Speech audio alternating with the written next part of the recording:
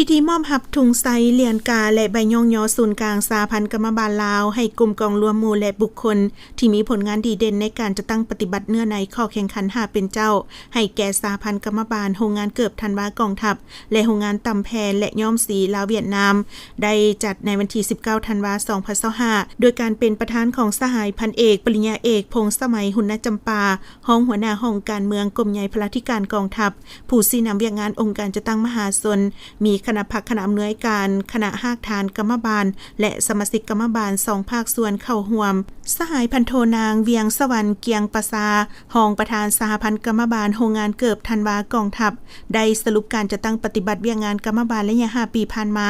สหพันธ์กรรมบาลได้เคลื่อนไหวตามพระบทบาทสิทธิและหน้าที่ความรับผิดชอบสมาชิกกรรมบาลได้ปฏิบัติมติคำสั่งข้อกำหนดกฎระเบียบ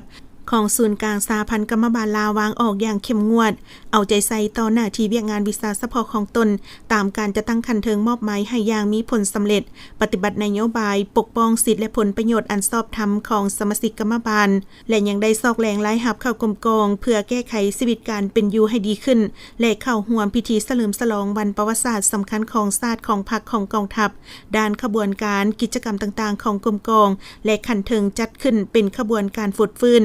จากนั้นสหายพันเอกปริญญาเอกพงษ์สมัยหุนจำปาพร้อมคณะได้มอบหับถุงไซเหรียญกาและใบย่องยอกลุ่มกองรวมหมู่และบุคคลให้แก่สหพันธ์กรรมบาลโรงงานเกือบธันวากองทัพและโรงงานตำแพและย้อมสีลาวเวียดนามอีกด้วย